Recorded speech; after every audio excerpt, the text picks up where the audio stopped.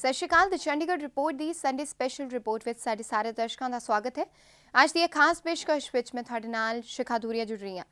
ਸ਼ਹਿਰ ਵਿੱਚ ਇਸ ਸਾਲ ਦੀ ਸ਼ੁਰੂਆਤ ਵਿੱਚ ਹੀ ਸਵਾਈਨ ਫਲੂ ਦੇ ਕੁਝ ਮਾਮਲੇ ਸਾਹਮਣੇ ਆਏ ਅਤੇ ਉਹਨਾਂ ਨਾਲ ਮੌਤਾਂ ਦੀਆਂ ਖਬਰਾਂ ਨੇ ਚੰਡੀਗੜ੍ਹ ਪ੍ਰਸ਼ਾਸਨ ਨੂੰ ਚਿੰਤਾ ਵਿੱਚ ਪਾ ਦਿੱਤਾ ਹੈ।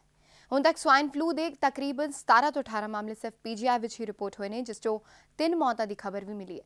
ਸਵਾਈਨ ਫਲੂ ਹੌਲੀ-ਹੌਲੀ ਸ਼ਹਿਰ ਵਿੱਚ ਆਪਣੇ ਪੈਰ ਪਸਾਰਦਾ ਜਾ ਰਿਹਾ ਹੈ, ਪਰ ਇਸ ਬਿਮਾਰੀ ਤੋਂ ਡਰਨ ਦੀ ਨਹੀਂ ਸਗੋਂ ਇਸ ਤੋਂ ਡਟ ਕੇ ਨਿਪਟਣ ਦੀ ਜ਼ਰੂਰਤ ਹੈ। ਸੋ ਅੱਜ ਦੀ ਇਸ ਖਾਸ ਰਿਪੋਰਟ ਵਿੱਚ ਅਸੀਂ ਸਵਾਈਨ ਫਲੂ ਦੇ ਬਾਰੇ ਗੱਲ ਕਰਾਂਗੇ ਕਿ ਕਿਸ ਤਰ੍ਹਾਂ ਨਾਲ ਇਸ ਇਨਫੈਕਸ਼ਨ ਤੋਂ ਨਿਪਟਿਆ ਜਾ ਸਕਦਾ ਹੈ।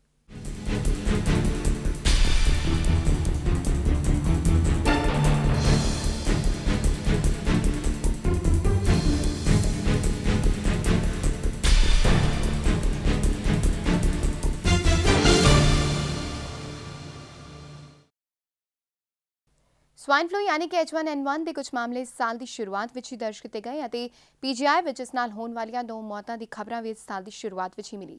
ਹਾਲਾਂਕਿ ਇਹ ਦੋਹੇ ਹੀ ਮਾਮਲੇ ਅੰਬਾਲਾ ਤੇ ਪਟਿਆਲਾ ਦੇ ਸਨ, ਪਰ ਇਹਨਾਂ ਮੌਤਾਂ ਨੇ ਸ਼ਹਿਰ ਵਿੱਚ ਇਸ ਬਿਮਾਰੀ ਦੇ ਅੰਸ਼ ਪਨਪਨ ਦੇ ਸੰਕੇਤ ਜ਼ਰੂਰ ਦੇ ਦਿੱਤੇ।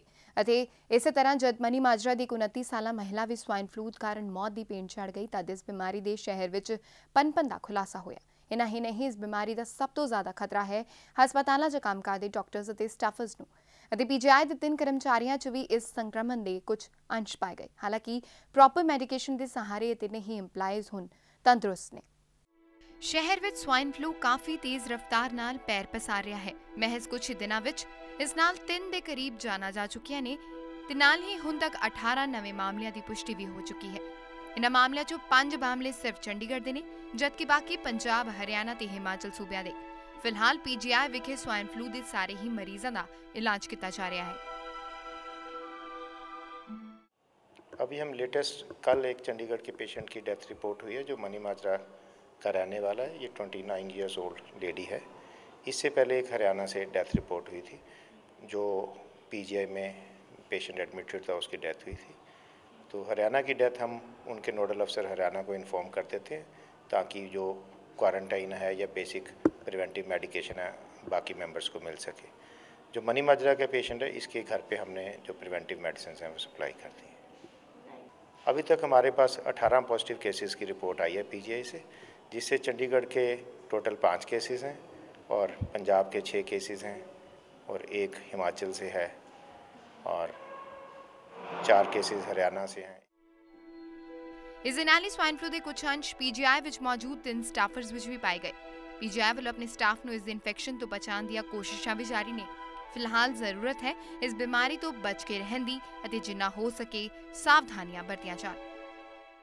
हुण गल करदे हां कि आखिर H1N1 वायरस यानी कि स्वाइन फ्लू है कि H1N1 एक अजिहा इन्फेक्शन है जो साह राही अगे वधदा है। मसलन कोई भी स्वस्थ व्यक्ति किसी भी H1N1 संक्रमित व्यक्ति के संपर्क में आंदा है तो वह इस इन्फेक्शन को पकड़ सकता है। हालांकि इस बीमारी की शुरुआत सूअरां तो हुई जद सूअर इस वायरस कारण बीमार पैंदे सन और रिसर्च मुताबक इस बीमारी के लक्षण मनुखी शरीर विच उन्हां राही दाखिल होए जो सीधे या असिधे तौर पर इस इन्फेक्शन नाल पीड़ित सूअरां के संपर्क में आए।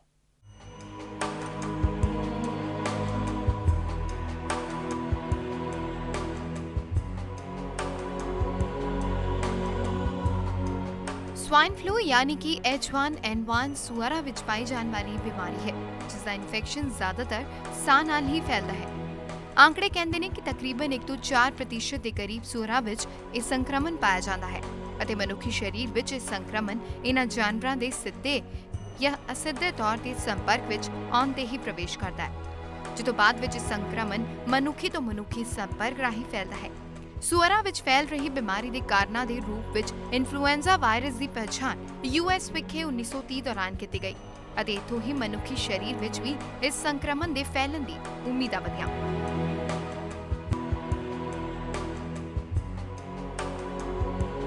स्वाइन फ्लू के मामलों ने अतीत विच कई देशों को हिलाया है। United states, Philippines, northern Ireland और कुछ होर। जद इस बीमारी नाल कदी जानवरां दीयां मौतां होईयां ते कदी मनुखां दीयां। हालांकि विज्ञानिक उदों भी ये नहीं समझ सके सन कि यह संक्रमण मनुखा तो सूअरां विच जा रहा है या फिर सूअरां तो मनुखा विच। इसी तरह 1918 का एक दौर आया जब इसनूं एक महामारी वजों घोषित किया गया।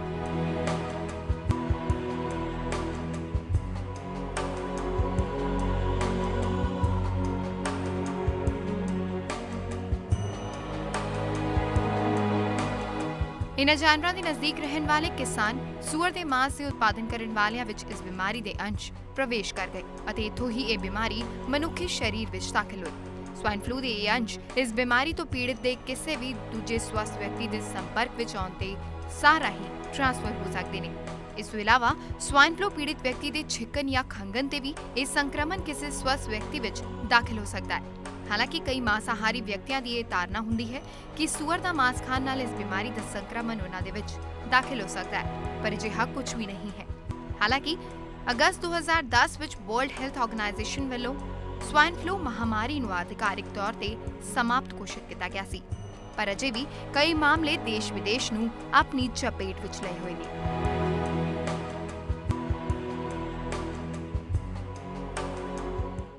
ਸਵਾਈਨ ਫਲੂ ਦੇ ਲੱਛਣਾਂ ਦੀ ਪਛਾਣ ਕਰਨਾ ਕਾਫੀ ਮੁਸ਼ਕਿਲ ਕੰਮ ਹੈ, ਕਿਉਂਕਿ ਇਸ ਬਿਮਾਰੀ ਦੇ ਲੱਛਣ ਕਾਫੀ ਹੱਦ ਤੱਕ ਸਧਾਰਨ ਫਲੂ ਵਾਂਗ ਹੀ ਹੁੰਦੇ ਨੇ, ਜਿਸ ਵਿੱਚ ਸਰੀਰ ਦੀ ਥਕਾਨ ਵੀ ਮਹਿਸੂਸ ਹੁੰਦੀ ਹੈ। ਇਸ ਤੋਂ ਇਲਾਵਾ ਜ਼ੁਕਾਮ, ਖਾਂਸੀ ਜਿਹੇ ਲੱਛਣ ਵੀ ਪਾਏ ਜਾਂਦੇ ਨੇ। ਡਾਕਟਰਸ ਦੀ ਮੰਨੀਏ ਤਾਂ ਕੁਝ ਅਜਿਹੇ ਲੱਛਣਾਂ ਨੂੰ ਅਣਦੇਖਾ ਕੀਤੇ ਬਗੈਰ ਤੁਰੰਤ ਇਸ ਦੀ ਜਾਂਚ ਕਰਵਾਉਣੀ ਚਾਹੀਦੀ ਹੈ, ਤਾਂ ਜੋ ਸਮਾਂ ਰਹਿੰਦਿਆਂ ਹੀ ਇਸ ਦਾ ਇਲਾਜ ਕੀਤਾ ਜਾ ਸਕੇ ਅਤੇ ਜੇਕਰ ਇਹ ਸਧਾਰਨ ਮੌਸਮੀ ਬੁਖਾਰ ਜਾਂ ਜ਼ੁਕਾਮ ਵੀ ਹੈ ਤਦ ਵੀ ਇੱਕ ਵਾਰ ਦਿਲ ਦਾ ਸ਼ੱਕ ਦੂਰ ਕਰਨਾ ਬਿਹਤਰ ਰਹੇਗਾ। ਸਵਾਈਨ ਫਲੂ ਦੇ ਲੱਛਣ ਪਛਾਣਨਾ ਵੈਸੇ ਤਾਂ ਕਾਫੀ ਮੁਸ਼ਕਿਲ ਹੈ, ਪਰ ਰਿਸਰਚ ਕਹਿੰਦੀ ਹੈ ਕਿ ਇਸ ਬਿਮਾਰੀ ਵਿੱਚ ਵੀ ਸ਼ੁਰੂਆਤ ਸਧਾਰਨ ਬੁਖਾਰ ਤੋਂ ਹੀ ਹੁੰਦੀ ਹੈ, ਜਿਸ ਵਿੱਚ ਜ਼ੁਕਾਮ, ਖਾਂਸੀ, ਉਲਟੀਆਂ, ਤੇਜ਼ ਬੁਖਾਰ, ਡਾਇਰੀਆ, ਸਿਰ ਦਰਦ ਹੋਣਾ, ਗਲੇ ਵਿੱਚ ਖਰਾਸ਼ ਅਤੇ ਸਰੀਰ ਦਾ ਦੁਖਣਾ ਹੋ ਸਕਦਾ ਹੈ। ਮਾਹਿਰਾਂ ਦਾ ਮੰਨਣਾ ਹੈ ਕਿ H1N1 ਵਿੱਚ ਥਕਾਵਟ ਬਿਲਕੁਲ ਸਧਾਰਨ ਬੁਖਾਰ ਵਾਂਗ ਹੀ ਮਹਿਸੂਸ ਹੁੰਦੀ ਹੈ। ਇਸ ਤੋਂ ਇਲਾਵਾ ਇਸ ਇਨਫੈਕਸ਼ਨ ਤੋਂ ਪੀੜਤ ਵਿਅਕਤੀ ਨੂੰ ਬੁਖਾਰ, ਜ਼ੁਕਾਮ, ਸਰੀਰ ਦਾ ਦੁਖਣਾ ਤੰਗ ਕਰ ਸਕਦਾ ਹੈ। ਹਾਲਾਂਕਿ ਪਹਿਲੀ ਨਜ਼ਰ ਵਿੱਚ H1N1 ਦੀ ਪਛਾਣ ਕਰਨਾ ਕਾਫੀ ਮੁਸ਼ਕਿਲ ਹੈ ਅਤੇ ਇਸ ਬਿਮਾਰੀ ਦਾ ਪਤਾ ਕਾਫੀ ਟੈਸਟ ਤੋਂ ਬਾਅਦ ਹੀ ਲਗਾਇਆ ਜਾ ਸਕਦਾ ਹੈ, ਪਰ ਕਿਸੇ ਵੀ H1N1 ਇਨਫੈਕਟਡ ਵਿਅਕਤੀ ਦੇ ਸੰਪਰਕ ਵਿੱਚ ਆਉਣ ਤੇ ਇਨਫੈਕਸ਼ਨ ਤੁਹਾਡੇ 'ਚ ਦਾਖਲ ਹੋ ਸਕਦਾ ਹੈ ਅਤੇ ਇਹ ਬਿਮਾਰੀ ਸਾਹ ਦੇ ਜ਼ਰੀਏ फैलती है। इसके सिम्टम्स एग्जैक्टली सेम होते हैं जैसे कॉमन फ्लू के या इन्फ्लुएंजा के सिम्टम्स होते हैं, जुकाम, खांसी, सिर में दर्द, हल्का बुखार। तो कोई भी व्यक्ति अपने आप ये नहीं कह पाएगा कि ये स्वाइन फ्लू है या ये कॉमन कोल्ड है, पर यूजली काफ़ी केसेस स्वाइन फ्लू के अपने आप जैसे वायरल इन्फेक्शन सबसाइड कर जाते हैं, हो जाते हैं, पर कुछ केसेस जिनमें ब्रेथलेसनेस शुरू हो जाए या सेंसोरियम उनका पेशेंट का जिसको ये प्रॉब्लम है उसको डिफरेंट हो जाए, तो ऐसे पेशेंट सीरियस हो सकते हैं। तो ऐसे पेशेंट्स में ही हम एडवाइस करते हैं कि गले में से थ्रोट स्वैब लेनी चाहिए और उसका कल्चर टेस्ट करना चाहिए। ਹਾਲਾਂਕਿ ਕਈ ਲੋਕ ਇਸ ਫਲੂ ਨੂੰ ਬਰਡ ਫਲੂ ਨਾਲ ਜੋੜ ਕੇ ਵੇਖਦੇ ਨੇ, ਜੋ ਕਿ ਸਰਾਸਰ ਗਲਤ ਧਾਰਨਾ ਹੈ। ਹੁਣ ਤੁਹਾਨੂੰ ਥੋੜਾ ਬਰਡ ਫਲੂ ਬਾਰੇ ਵੀ ਦੱਸ ਦਈਏ ਕਿ ਬਰਡ ਫਲੂ ਬਰਡਸ ਯਾਨੀ ਕਿ ਪੰਛੀਆਂ ਵਿੱਚ ਪਾਇਆ ਜਾਣ ਵਾਲਾ ਇਨਫੈਕਸ਼ਨ ਹੈ, ਜੋ ਸਧਾਰਨ ਦਿਆਂ ਉਹਨਾਂ ਲੋਕਾਂ ਵਿੱਚ ਹੀ ਹੁੰਦਾ ਹੈ ਜੋ ਪੋਲਟਰੀ ਫਾਰਮਸ ਚਲਾਉਂਦੇ ਨੇ ਜਾਂ ਜੋ ਪੰਛੀਆਂ ਤੇ ਮੁਰਗੀਆਂ ਦੇ ਜ਼ਿਆਦਾ ਸੰਪਰਕ ਵਿੱਚ ਰਹਿੰਦੇ ਨੇ। ਹਾਲਾਂਕਿ ਬਰਡ ਫਲੂ ਦੇ ਲੱਛਣ ਕਾਫੀ ਖਤਰਨਾਕ ਹੁੰਦੇ ਨੇ ਅਤੇ ਬਰਡ ਫਲੂ ਇੰਨੀ ਆਸਾਨੀ ਨਾਲ ਨਹੀਂ ਫੈਲਦਾ ਜਿੰਨਾ ਸਕਰੀਏ ਸਵਾਈਨ ਫਲੂ ਹੈ। ਸਵਾਈਨ ਫਲੂ ਬਾਰੇ ਵੈਸੇ ਤਾਂ ਕਈ ਤਰ੍ਹਾਂ ਦੇ ਮਿਥਸ ਨੇ, ਮਸਲਨ ਕਈ ਲੋਕ ਇਸ ਬਿਮਾਰੀ ਨੂੰ ਬਰਡ ਫਲੂ ਨਾਲ ਜੋੜ ਕੇ ਵੇਖਦੇ ਨੇ, ਪਰ ਤੁਹਾਨੂੰ ਦੱਸ ਦਈਏ ਕਿ ਇਹਨਾਂ ਦੋਹੇ ਹੀ ਬਿਮਾਰੀਆਂ ਵਿੱਚ ਕਾਫੀ ਅੰਤਰ ਹੈ। ਸਭ ਤੋਂ ਪਹਿਲਾਂ ਗੱਲ ਕਿ ਦੋਹਾਂ 'ਚ ਸਮਾਨਤਾ ਕੀ ਹੈ। ਦੋਹੇ ਹੀ ਬਿਮਾਰੀਆਂ ਵਿੱਚ ਇੱਕ ਸਮਾਨਤਾ ਹੈ ਕਿ ਦੋਹਾਂ ਦੇ ਇਨਫੈਕਸ਼ਨ ਰੈਸਪੀਰੇਟਰੀ ਤਰੀਕੇ ਨਾਲ ਯਾਨੀ ਕਿ ਸਾਹ ਨਾਲ ਫੈਲਦੇ ਨੇ। ਇਸ ਤੋਂ ਇਲਾਵਾ ਦੋਹੇ ਹੀ ਇਨਫੈਕਸ਼ਨ ਮਨੁੱਖੀ ਸਰੀਰ ਤੇ ਅਸਰਦਾਰ ਨੇ। ਕੀ ਫਰਕ ਨੇ? ਸਵਾਈਨ ਫਲੂ ਯਾਨੀ ਕਿ H1N1 ਪੈਂਡੇਮਿਕ ਸਵਾਈਨ ਫਲੂ ਦੀ ਸ਼ੁਰੂਆਤ ਸੂਅਰ ਤੋਂ ਹੋਈ, ਯਾਨੀ ਕਿ ਇਹ ਬਿਮਾਰੀ ਦੇ ਲੱਛਣ ਪਹਿਲਾਂ ਸੂਅਰ ਵਿੱਚ ਪਾਏ ਗਏ। ਬਰਡ ਫਲੂ, ਜਿਸ ਨੂੰ ਏਵੀਅਨ ਫਲੂ ਵੀ ਕਿਹਾ ਜਾਂਦਾ ਹੈ, ਅਕਸਰ ਪੰਛੀਆਂ 'ਚ ਪਾਇਆ ਜਾਂਦਾ ਹੈ ਅਤੇ ਬਿਮਾਰੀ ਪੰਛੀਆਂ ਤੋਂ ਮਨੁੱਖੀ ਸਰੀਰ ਵਿੱਚ ਪੁੱਜਦੀ ਹੈ। ਬਰਡ ਫਲੂ ਜ਼ਿਆਦਾਤਰ ਪੰਛੀਆਂ ਵਿੱਚ ਪਾਇਆ ਜਾਣ ਵਾਲਾ ਇਨਫੈਕਸ਼ਨ ਹੈ। ਸਵਾਈਨ ਫਲੂ ਦਾ ਇਨਫੈਕਸ਼ਨ ਮਨੁੱਖੀ ਸਰੀਰ ਤੱਕ ਜ਼ਿਆਦਾ ਆਸਾਨੀ ਨਾਲ ਫੈਲ ਸਕਦਾ ਹੈ, ਜਦਕਿ ਬਰਡ ਫਲੂ ਦੇ ਕਾਫੀ ਘੱਟ ਕੇਸਿਸ ਹੁਣ ਤੱਕ ਰਿਪੋਰਟ ਹੋ ਸਕੇ ਨੇ। ਸਵਾਈਨ ਫਲੂ ਕਾਫੀ ਆਸਾਨੀ ਨਾਲ ਇਨਸਾਨੀ ਸਰੀਰ ਵਿੱਚ ਟ੍ਰਾਂਸਫਰ ਹੋ ਸਕਦਾ ਹੈ ਤੇ ਇਸ ਦੇ ਖਤਰੇ ਬਰਡ ਫਲੂ ਨਾਲੋਂ ਘੱਟ ਨੇ, ਜਦਕਿ ਬਰਡ ਫਲੂ ਇੰਨੀ ਆਸਾਨੀ ਨਾਲ ਮਨੁੱਖੀ ਸਰੀਰ ਵਿੱਚ ਦਾਖਲ ਨਹੀਂ ਹੁੰਦਾ। ਸਵਾਈਨ ਫਲੂ ਦੇ ਲੱਛਣ ਬਰਡ ਫਲੂ ਦੇ ਲੱਛਣਾਂ ਨਾਲੋਂ ਵੱਖ ਨੇ ਤੇ ਇਸ ਦੇ ਖਤਰੇ ਵੀ ਬਰਡ ਫਲੂ ਦੇ ਪ੍ਰਭਾਵਾਂ ਨਾਲੋਂ ਘੱਟ ਨੇ।